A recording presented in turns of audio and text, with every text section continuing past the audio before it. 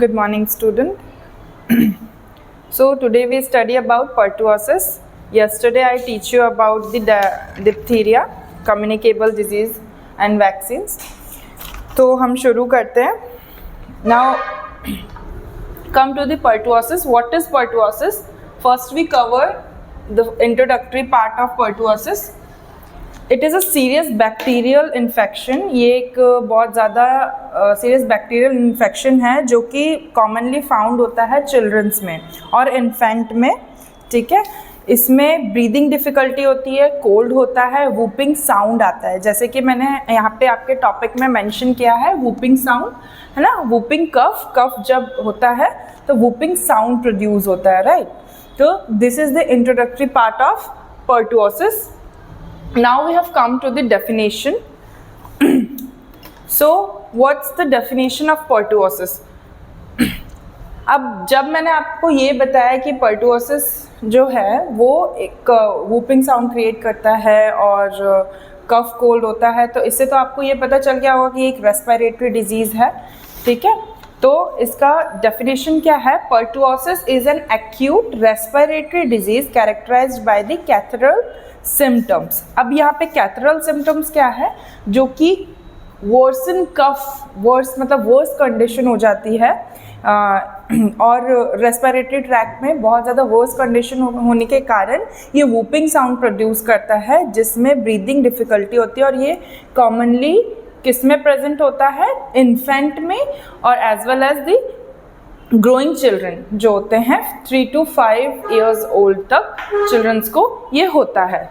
ठीक है, तो डेफिनेशन में बताती हूँ. pertussis is characterized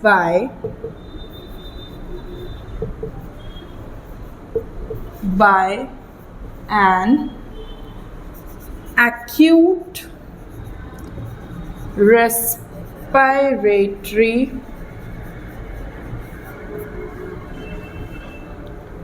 tract infection commonly occur in infant caused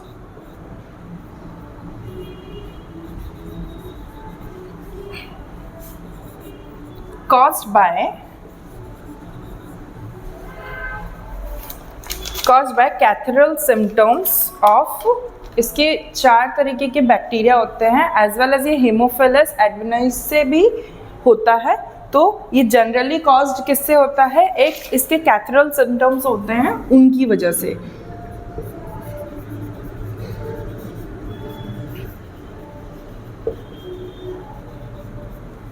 right, so this is the definition of pertussis.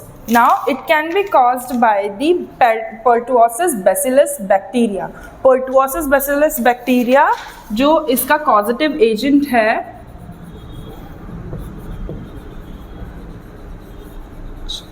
is pertussis bacillus bacteria. Right, it is the causative agent of pertussis whooping cough. तो ये किसके through caused होता है? Specially ये dangerous होता है infant के लिए. ठीक है, और इसमें क्या होता है? जो कफिंग होती है वो कफिंग बहुत ज़्यादा, बहुत बैड, बहुत वर्सन कंडीशन में होती है. ठीक है, ये बहुत ज़्यादा ऑब्स्ट्रक्शन क्रिएट करता है ड्यूरिंग इन्फेंट फीडिंग और ईटिंग और ड्रिंकिंग समथिंग. ठीक है, और ब्रीथ लेने में भी. ठीक है, तो इसको हम इस तरीके से पॉइंट में मैं आपको लिख देती हूँ.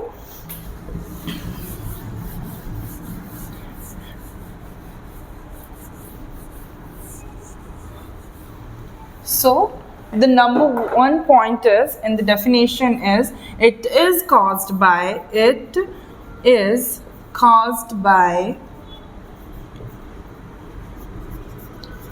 the Pertussis bacillus। अब ये जो बैसिलस है यहाँ पे, ये ग्राम नेगेटिव बैक्टीरिया को डिनोट करता है, जो हमने माइक्रोबायोलॉजी में पढ़ा होगा कि ग्राम नेगेटिव बैक्टीरिया क्या होता है, ये एनारोबिक बैक्टीरिया होता है, जो कि ऑक्सीजन इसको चाहिए नहीं होता, ठीक है। ये एनारोबिक बैक्टीरिया होता है, ये एब्सेंस ऑफ ऑक्सीजन में भी अपने आप को ग्रोथ कर सकता है, ठीक है, तो अपनी कॉलोनीज को बना सकता है। तो पर्टुओसिस जो है, ये Pertussis bacillus बैक्टीरिया इसका causative agent है। The second one point is it's create or it hard to infant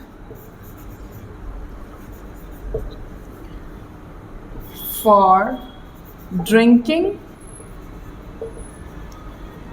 eating as well as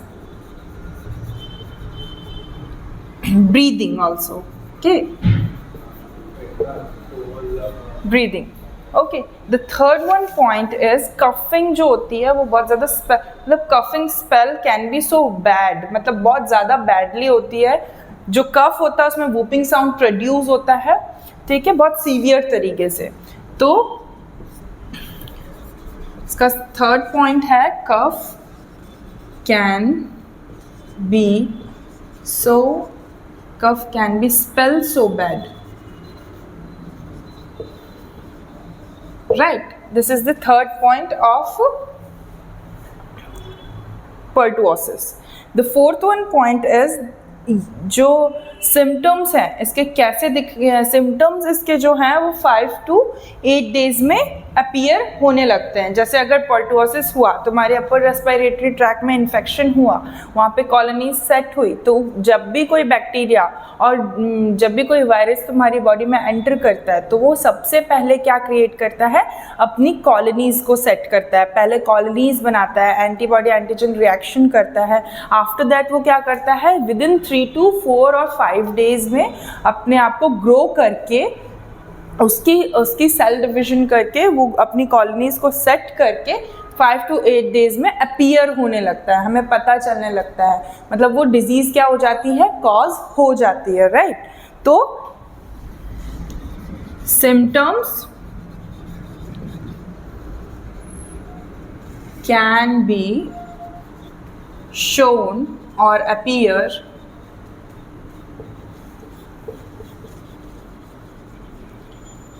within 5 to 8 days, right? These are the definition of or definition keywords or point of pertussis or whooping cough, okay? Pertussis is also known as whooping cough, okay? Now we have come to the causes।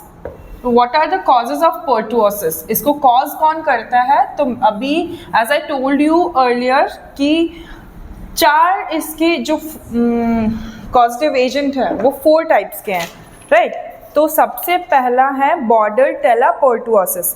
बॉर्डरटेला पर्टुओसिस क्या होता है, एक ग्राम negative bacteria होता है, anaerobic bacteria होता है। Anaerobic bacteria in the sense anaerobic bacteria which cannot be, which is not needed to oxygen। in short I am telling you कि उसको ऑक्सीजन की ज़रूरत नहीं होती। जनरली बैक्टीरियाज, कुछ बैक्टीरियाज जो ऐसे होते हैं जिनको ऑक्सीजन चाहिए होता है, ठीक है, अपनी कॉलोनीज डेवलप करने में उनको चाहिए होता है, पर ये जो बैक्टीरिया है, इस बैक्टीरिया को ज़रूरत नहीं है ऑक्सीजन की, ये अपना कॉलोनीज बिना ऑक्सीजन के भी अपनी कॉलोनीज को बढ़ा सकता है, ठीक है। तो number 1 is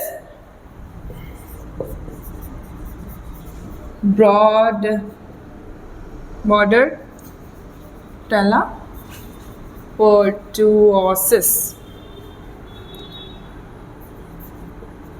right? These bacteria are anaerobic, pathogenic,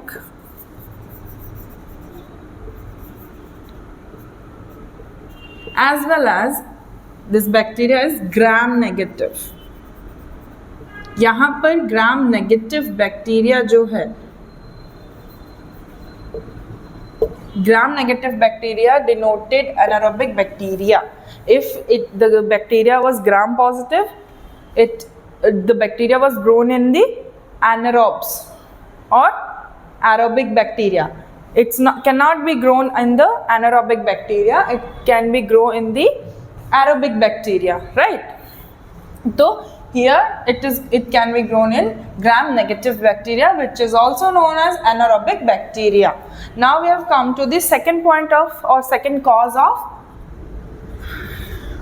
pertussis.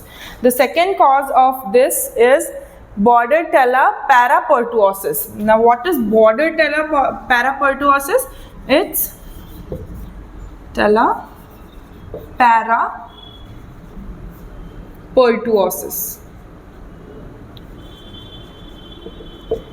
Okay, what is Bordetella parapertussis? It is a gene और it's a genus, ठीक है, जो कि अपनी कॉलोनाइजेशन मैमेलिया रेस्पिरेटरी ट्रैक के थ्रू करता है. अब ये मैमेलिया क्या होता है? मैमेलिया मतलब जो प्रोड्यूस करते हैं, राइट? यहाँ पे मैमेलिया जो टर्म डिफाइन हो रहा है वो रिप्रोड्यूस करना हो रहा है, ठीक है.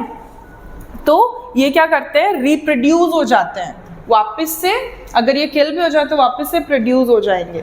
तो यहाँ पे इसीलिए इनका नाम Bordetella parapertussis है. अब यहाँ पे आएगा small gram negative. Okay, small gram negative, sorry negative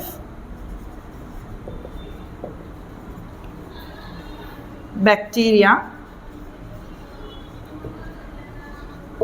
okay, ये क्या डिनोट कर रहा है? Small gram negative bacteria of genus. मैंने अभी बताया आपको जीनस के बारे में.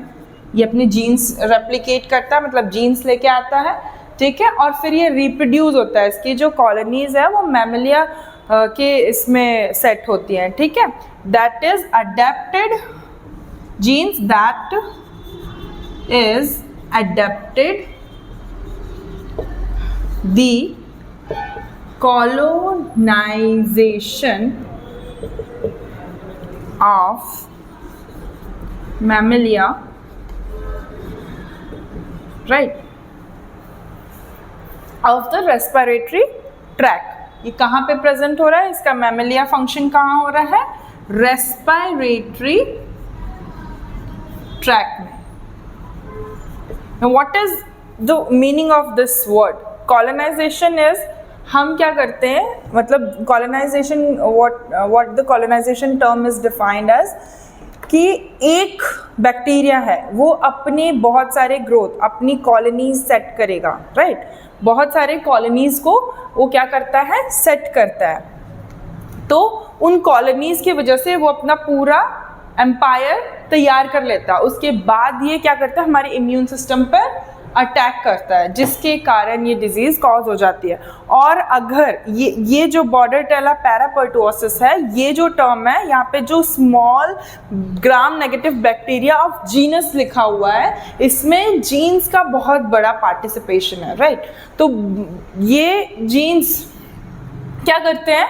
ये अडेप्ट करते हैं, फिर ये कॉलोनाइजेशन क्रिएट करते हैं. कॉलोनाइजेशन, और ये कॉलोनाइजेशन मैमेलिया फंक्शन से हो रहा है. मैमेलिया मतलब होता है रिप्रोड्यूस करना. How the word derive from mammalia? Okay, I was telling you the mammalia term is defined as कि रिप्रोड्यूस करना.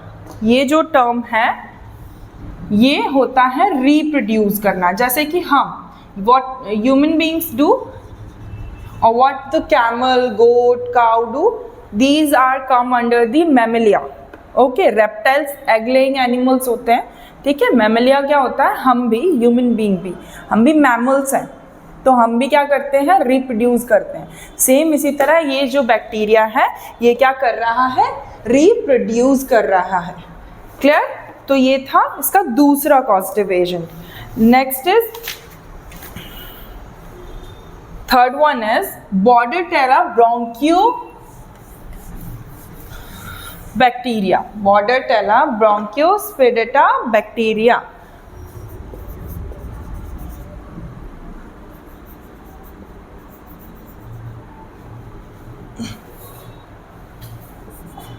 अब ये ब्रोंकियो जो टर्म है ये related to lungs, okay, bronchus, ठीक है।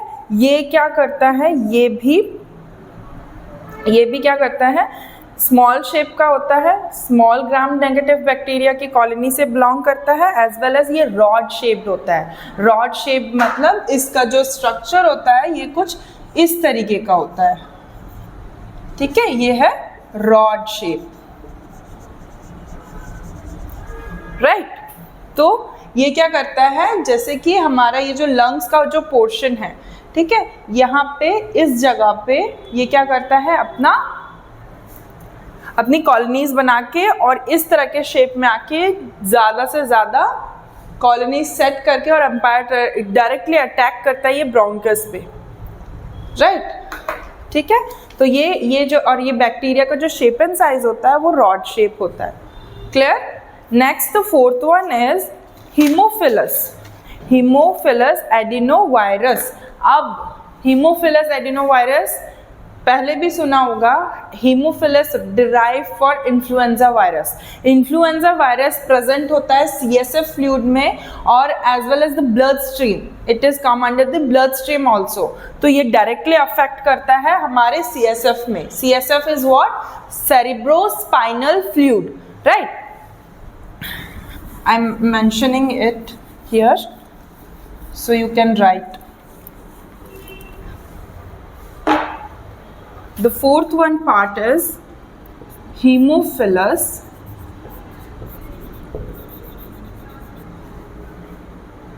adenovirus, or it can be written as, or it can be we should write like influenza virus. अब इन्फ्लुएंजा के बारे में तो आप सबने सुना होगा, क्या होता है, कोविड के टाइम पे भी ये बहुत चल रहा था, है ना। तो influenza virus is derived as it attacks on the CSF fluid. CSF is cerebrospinal fluid.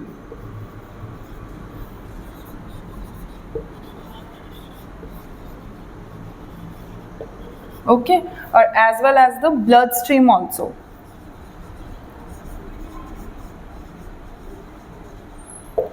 ठीक है, ये कहाँ पे अफेक्ट कर रहा है, ब्लड स्ट्रीम में, और कहाँ, हमारे CSF फ्लूइड पर। अब CSF फ्लूइड कहाँ पे प्रेजेंट होता है हमारा, कहाँ पर प्रेजेंट होता है, हमारे बैक पोर्शन में, यहाँ स्पाइन में, ठीक है। अगर ये विजिबल हो रहा होगा तो ये रहा हमारा वर्टिब्रा कॉलम, ठीक है, ये हमारा वर्टिब्रा कॉलम है, यहाँ से हमारी स्पाइनल कॉर्ड है, ये जंक्शन पॉइंट है, ये येलो येलो जो आपकी नर्व्स दिख रही है ये, उसके बाद ये यहाँ पर CSF फ्लूइड प्रेजेंट होता है स्पाइनल कॉर्ड के अंदर, ठीक है। तो उस जगह पे वो डायरेक्टली अफेक्ट करता है, ठीक है।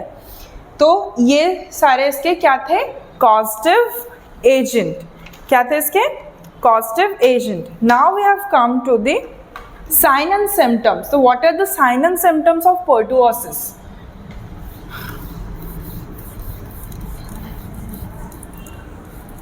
The very first sign of pertussis is cough. Okay, cough. पर यहाँ पे जो कफ है वो पैरानोजम कफ होगा, मतलब कि नॉर्मल कफ की तरह कफ नहीं होगा, बहुत हार्श और बहुत ज़्यादा वर्स कंडीशन होगी कफिंग की।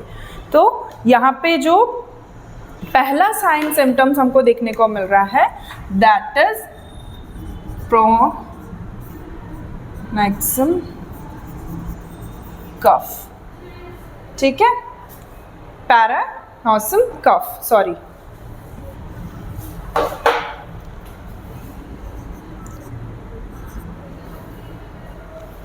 ठीक है, ये इस तरीके का कफ होगा, ये पहला सिम्टम होगा पर्टुओसिस का। Then the second symptom of this is cold. Cold, अब कोल्ड जो है यहाँ पे ऐसा नहीं है कि जो हमको नॉर्मल कोल्ड होता है और ऐसा, यहाँ पे वैसा कोल्ड नहीं होगा, बहुत ही सीवियर कंडीशन में कफ बहुत ज़्यादा प्रेजेंट होगा और इतना ज़्यादा प्रेजेंट होगा कि ना जो साउंड ऐसा वूपिंग जैसा आएगा, ठीक है। तो the second symptoms is cold, it is not visible, okay, cold. The third symptom is rhinitis. Rhinitis.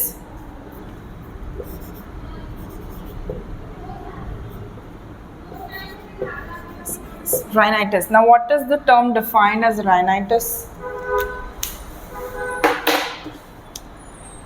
Rhinitis is bleed, nose में क्या आ जाएगा, जैसे हमारे साइनसाइटिस होता है जिसको साइनसिस में इन्फ्लामेशन आ जाता है, सेम यहाँ पे राइनस में मतलब हमारी नोज में क्या आ जाएगा, इन्फ्लामेशन आ जाएगा, because of obstruction, because of fluid collection, because of cough, वहाँ पे स्वेलिंग आ जाएगी, ठीक है। तो ये rhinitis. Then the sneezing, continuous sneezing होगी। स्नीजिंग इज छींकना, ठीक है, स्नीज करना, तो स्नीजिंग होगी। लैक्रिमेशन होगा, लैक्रिमेशन मतलब कंटिन्यूअसली आपको टीयर्स आते रहेंगे आंख में से, लैक्रिमेशन होगा।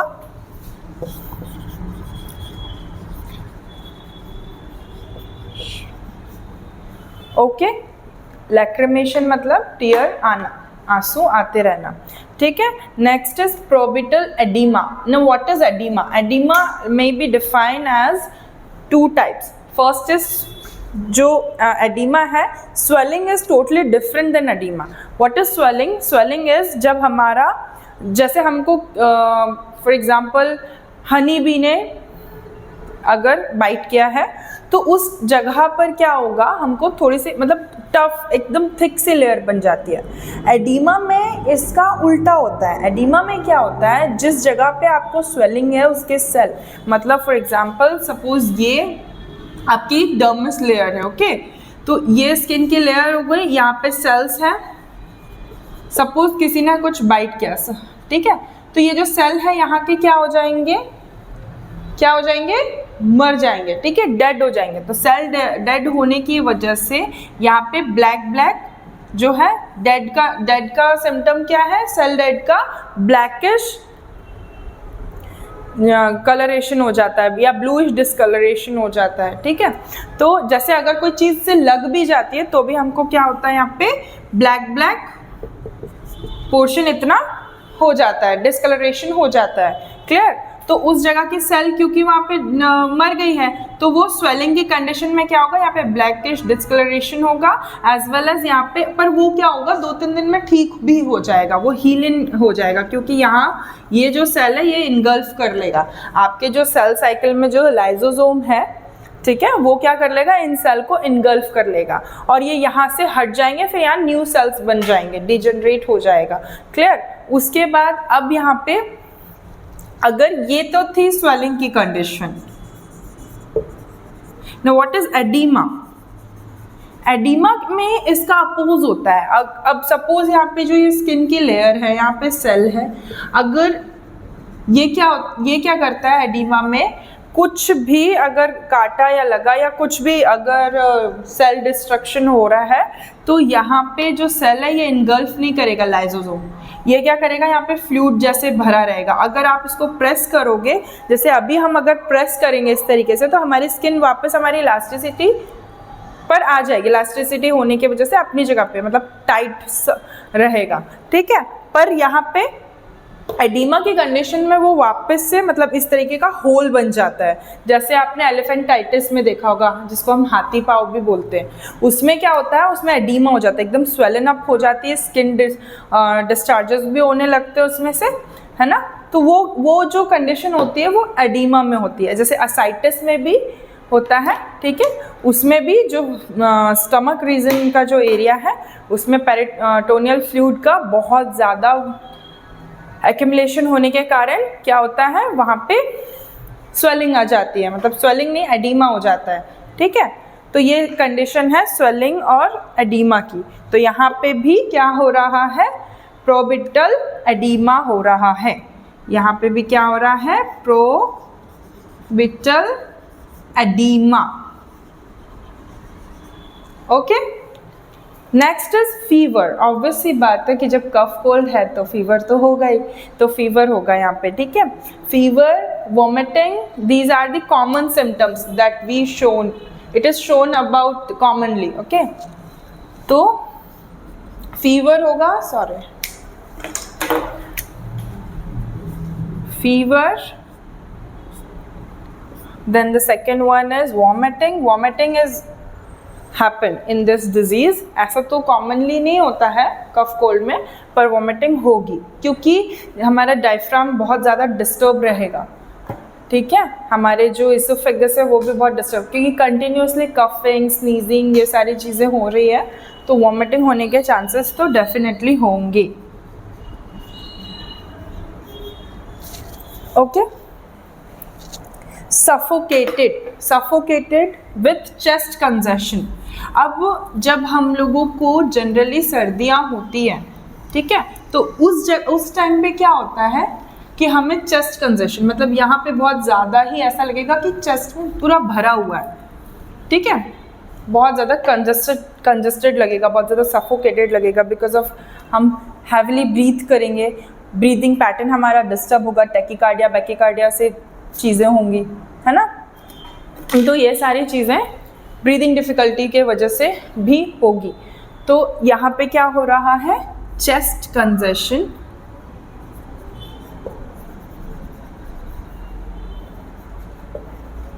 With suffocated breathing, suffocated breathing, right. यहाँ पे क्या हो रहा है, suffocated breathing। और laryngospasm, laryngospasm मतलब ये हमारा larynx है, ये देखो यहाँ पर, एक minute, here our larynx is situated, okay। सो ये वाला जो पोर्शन है जहाँ पे हमारा वोकल कॉर्ड है, बहुत ज़्यादा सॉर हो जाएगा, सॉर थॉट भी होगा इसमें। तो वहाँ पर क्या हो रहा है, वहाँ पे लैरेंजियोस्पाज्म मतलब होता है कि बहुत ज़्यादा एकदम हैविली कफिंग करके या स्नीजिंग करके यहाँ पे पेन होना शुरू होगा, और वो क्या होगा, कॉन्ट्रैक्टाइल हो जाएगा। तो यहाँ पे क्या हो रहा है, लैरेंजियोस्पाज्म हो रहा है इस रीज़न की वजह से। तो laryngospasm, right। The next point is anxious look। अब anxious look is कि patient, अब मैं आपको anxiety और nervousness दोनों में difference बताती हूँ। anxiety and vertigo या nausea दोनों का ही डिफरेंस बताती हूँ। यहाँ पे जो नोजिया टर्म है ना, जो फंडामेंटल में हम पढ़ते हैं generally, nausea is defined as घबराहट। घबराहट कौन सी वाली, जब हमको वॉमिटिंग आने से पहले जो फीलिंग होती है कि या तो वॉमिटिंग आ जाए, मतलब जो उब के आते हैं, उस टाइम पे हमारी जो कंडीशन होती है, that is come under the nausea, okay. And anxiety is totally different. Anxiety का मतलब होता है कि बहुत सारा थॉट प्रोसेस एक साथ हो जाना, मतलब बहुत सारी थॉट्स एक साथ आ जाना, मतलब उसको कंपल्सिव हो जाना, ठीक है। फॉर एग्जाम्पल कि आप इंटरव्यू में गए हो, ठीक है, तो ये तो कॉमन सी बात है कि इंटरव्यू में जाने के टाइम पे आप सभी बहुत ज़्यादा एंशियस होगे, है ना, बहुत ज़्यादा एंजाइटी होगी। उस टाइम पे हमको बहुत सारे थॉट एक साथ आएंगे, अगर हुआ तो, नहीं हुआ तो, ठीक है, क्या क्वेश्चन पूछेंगे, कैसे जाएंगे, वेल ड्रेस्ड है कि नहीं, ऐसा वैसा, बहुत सारे क्वेश्चंस एक साथ आ जाते हैं। तो वहाँ पे वो टर्म क्या डिफाइन कर रहा है, एंजाइटी को, वहाँ पे एंशियस, ठीक है। एंशियस का मतलब ये नहीं कि घबराहट वैसा घबराना नहीं होता है, घबराना मतलब होता है नोजिया। यहाँ पे जो मेडिकल टर्म हम यूज़ कर रहे हैं दैट इज़ नोजिया, ठीक है, जो वॉमिटिंग आने से पहले होता है, ठीक है। और घबराहट मतलब जो है, वो जो एंजाइटी वाली घबराहट है वो टोटली डिफरेंट है। पर यहाँ पे जो एंजाइटी लुक है, एंशियस लुक है, यहाँ पे जो पेशेंट है बहुत ज़्यादा बहुत ज़्यादा क्या है, हरास्ड है, इस वजह से वो सोच रहा है कि क्यों मुझे, जैसे अगर हम केयर प्लान भी बनाते हैं तो हम एंजाइटी से रिलेटेड बनाते हैं, तो पेशेंट उसमें उसके जो क्वेश्चनिंग फॉर्म है वो ये रहता है कि मुझे ये क्यों हो रहा है, मुझे ऐसा क्यों हो रहा है, मैं समझ नहीं पा रहा हूँ, उसको कॉन्फ्लिक्ट्स आते हैं, राइट। तो यहाँ पर ये टर्म इस तरीके से डिफाइंड हो रहा है, okay. Then the other point is yellowish face due to excessive cough. अब यहाँ पे येलोइश फेस हो जाता है, मतलब जो हमारा जो स्किन का टेक्सचर है वो थोड़ा वार्म टोन में आ जाता है, येलोइश कलर में आ जाता है, पेल येलो हो जाता है, ठीक है, क्योंकि एक्सेसिव कफ प्रोड्यूस हो रहा है ना। तो एक्सेसिव कफ प्रोड्यूस होने की वजह से यहाँ पे येलोइश फेस हो जाएगा। फिर वाटरिंग आइज मतलब आँख से कंटिन्यू पानी आएगा। अब हमारी बॉडी की जो सिम्टोमेटिक चीज़ें जो चल रही हैं, है ना, जो अपीयरिया होता है, ये इस वजह से होता है कि हमारी बॉडी का रिएक्शन है अगेंस्ट द डिजीज़, वो रिएक्ट ऐसे कर रहे हैं, ठीक है। तो ये सारी चीज़ें होती है। वाटरिंग आइज, स्वेटिंग भी होगी, ठीक है। यहाँ पे वाटरिंग eyes, sweating, और the last point is mucus with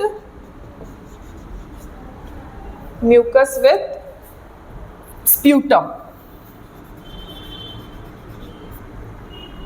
ठीक है। खकार के साथ आपका म्यूकस में जो फ्लूइड है वो भी निकलेगा, ठीक है।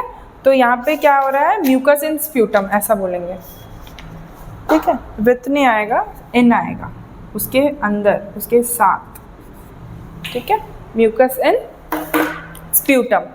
Now we have come to these are the symptoms or signs of the pertussis whooping cough, right? The next topic or the next point is, the next subheading is mode of transmission, okay. What we all covered is introductory part, definition, causes, sign and symptoms. Now we have come to the mode of transmission. The mode of transmission of whooping cough or pertussis is the number one, as I teach you earlier.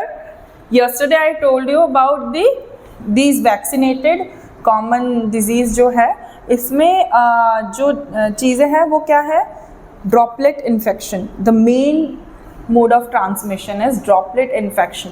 अब droplet infection क्या होता है, आप पहले भी video में जाके देखना, पहले की वीडियो में ड्रॉपलेट इन्फेक्शन के बारे में मैंने मेंशन किया है, अभी भी मैं थोड़ा बता देती हूँ कि ड्रॉपलेट इन्फेक्शन क्या होता है, जब हम स्नीज़ करते हैं या फिर हम कफ हो रहा है तो हमारे माउथ से, हमारे ओरल कैविटी से थोड़े थोड़े जो ड्रॉप्स हैं वो क्या होते हैं, स्प्रेड होते हैं, मतलब बाहर स्पेल हो जाते हैं। और जब वो स्पेल होते हैं तब वो क्या करते हैं, किसी भी फॉर्मेट्स के थ्रू या आपके बगल में कोई खड़ा है उसको अंदर कर लेता है, ठीक है, उसको इनगल्फ कर लेता है, या उसके किसी ना किसी चीज़ के थ्रू या फॉर्मेट्स के थ्रू वो अंदर हो जाते हैं, तो उसकी वजह से इन्फेक्शन कॉज हो जाता है। तो number one, the mode of transmission of pertussis is droplet infection, okay. The second mode of transmission is growth of bacteria in the respiratory tract. Growth of the bacteria in respiratory tract, right? Formation of formats. Formats क्या है, the term derived as format is, suppose मैंने कुछ ऐसे खांसा या sneeze किया, ठीक है, हाथ में रख के, अब मैंने इस पेन को छू दिया, ठीक है, विदाउट हैंड वॉशिंग, ठीक है, बिना हैंड वॉशिंग के मैंने इस पेन को टच कर लिया। अब कोई और आया, ठीक है, जैसे कि माए, ठीक है, तो माए और तुमने ये पेन को क्या कर लिया, टच कर लिया वापस से। अब वो पेन से टच करके तुमने भी हैंड वॉश नहीं किया, जाके कुछ खा लिया, क्लियर? कुछ खाने के बाद वो क्या हो गया, इस पेन के थ्रू तुम्हारी बॉडी में चला गया। This is the term derived as fomites, ठीक है? ये फॉर्मेट है, इसको फॉर्मेट कहते हैं, formation of format.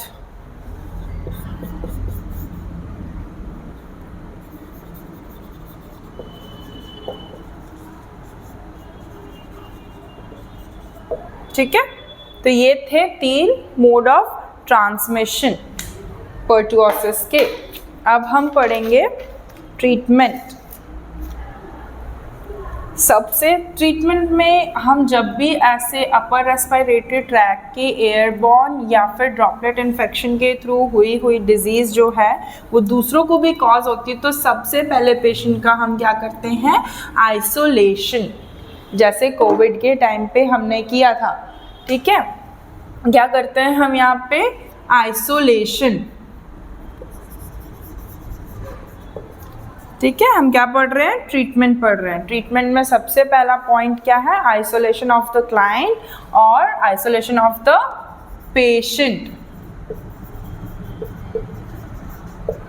Right? The second point of treatment is sedation. Sedation मतलब होता है sedative drug देना, ठीक है? A drug which can be given to the client for calm and sleep. अब ऑब्वियसली बात है कि जब ये कंटिन्यूस फॉर्म में होगा तो पेशेंट बहुत ज़्यादा रेस्टलेसनेस की कंडीशन में रहेगा, ठीक है? बहुत ज़्यादा रेस्टलेसनेस रहेगा, सो नहीं पाएगा ठीक से, ठीक है? तो उसको काम करने के लिए, उसको सोने के लिए हम क्या देंगे, सेडेशन देंगे या सेडेटिव ड्रग देंगे, sedation. It can be given to the client to keep calm and sleep, right? The third term or the third point of this is provide comfort. हम उसको कंफर्ट प्रोवाइड करने की कोशिश करेंगे क्योंकि वो बहुत ज़्यादा डिस्कम्फर्ट है। Provide comfort. Next is oxygen administration. अब प्रॉपर वे में उसको ऑक्सीजन तो मिल नहीं पा रहा है, ठीक है? तो क्या करेंगे हम यहाँ पे, ऑक्सीजन एडमिनिस्ट्रेशन करेंगे। एडमिनिस्ट्रेशन कैसे करेंगे, क्योंकि उसको हो रही है ब्रीदिंग डिफ़िकल्टी, तो जो क्लाइंट है will not gate sufficient amount of oxygen, तो उसको क्या करेंगे हम यहाँ पे ऑक्सीजन प्रोवाइड करेंगे या ऑक्सीजन एडमिनिस्ट्रेशन करेंगे।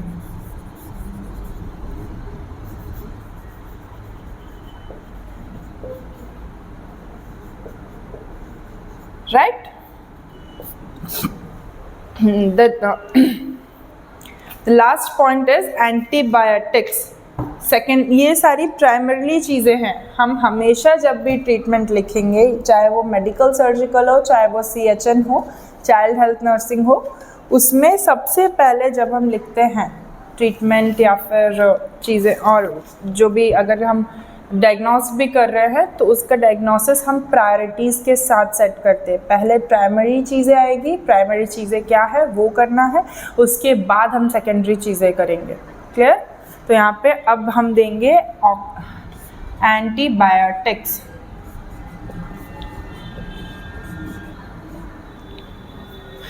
एंटीबायोटिक्स जैसे कि इरिथ्रोमाइसिन, ठीक है, रॉक्सीथ्रोमाइसिन और एजिथ्रोमाइसिन। क्या क्या देंगे, erythromycin,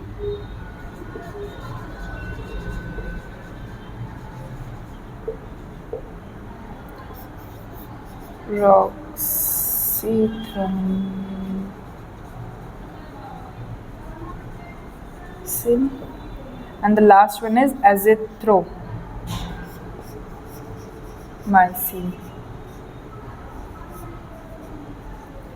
These all are the antibiotics which can be given to the patient after these primary things should be done. Okay? The last point of treatment is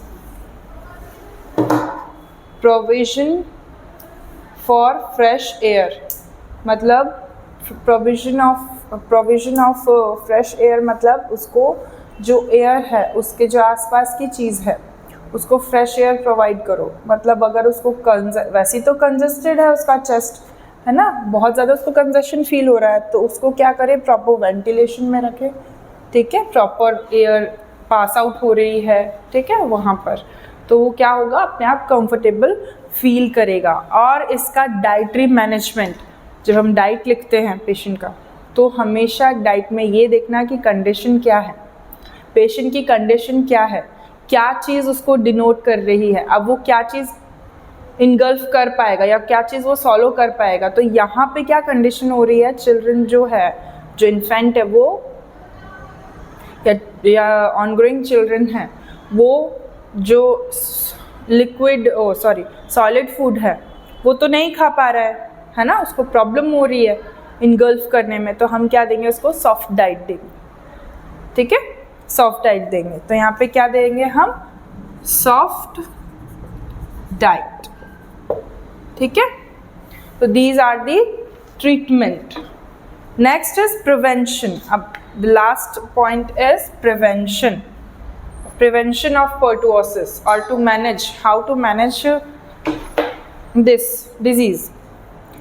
सबसे पहला isolation, child should be isolated, ठीक है।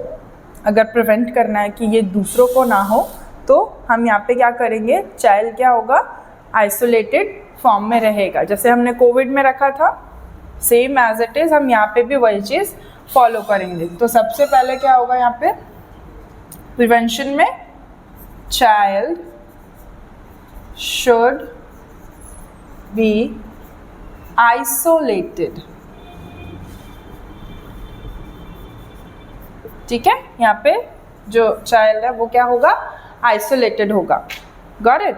Then second point is, do not allow non-infected children to come with the contact of infected children. मतलब हम उन children को, उन बच्चों को उस infected बच्चे में नहीं अलाउ करेंगे कि तुम मुझसे जाके मिलो या उनके साथ खेलो। क्यों? क्योंकि वो इन्फेक्टेड है और ये ड्रॉपलेट इन्फेक्शन के थ्रू स्प्रेड हो रहा है ना, तो चांसेस है कि वो भी इन्फेक्टेड हो जाए। तो हम यहाँ पे क्या कर रहे हैं, प्रिवेंट कैसे कर रहे हैं, do not allowed non infected children come to the contact of infected children. It may be leads to pertussis as well to the non-infected children. So that's why we are not allowed non-infected person to come and meet to the infected children. Okay. Then active immunization करेंगे, DPT. DPT is what? Diphtheria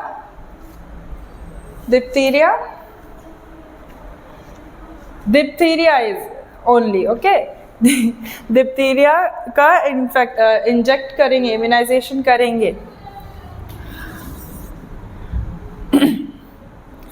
active immunisation, diphtheria के बारे में मैंने कल बताया था, immunised of DPT,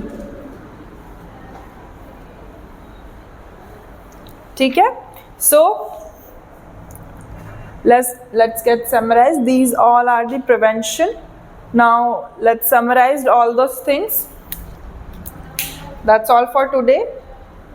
Now summarize these. First we have what we are learn about this is introductory part of pertussis, जो कि मैंने आपको क्या बताया, ये बहुत ज़्यादा सीरियस बैक्टीरियल इन्फेक्शन है, ठीक है, जो कि बहुत ज़्यादा स्पीड में रेस्पिरेटरी ट्रैक्ट में स्प्रेड होता है, ठीक है।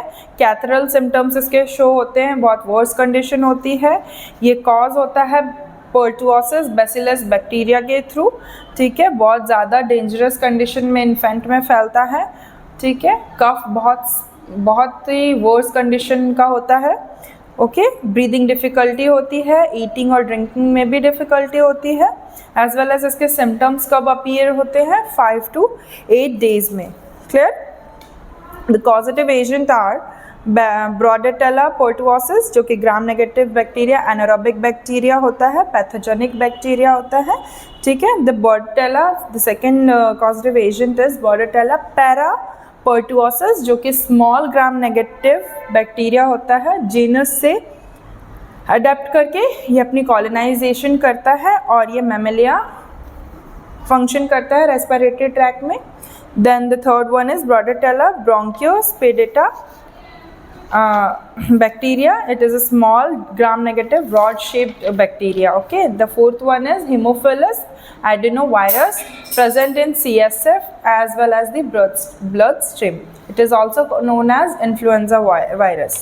The sign and symptom of it is paroxysm cough, cold, rhinitis, sneezing, lacrimation and probital edema, fever, vomiting, suffocated with congestion और एज वेल एज कन्वर्जन्स भी आएंगे इसमें, क्योंकि ये सारी चीज़ें हो रही है तो कन्वर्जन्स भी आने होंगे। ऑक्सीजन प्रॉपर सब नहीं पहुंच पाएगा तो कन्वर्जन्स भी होंगे।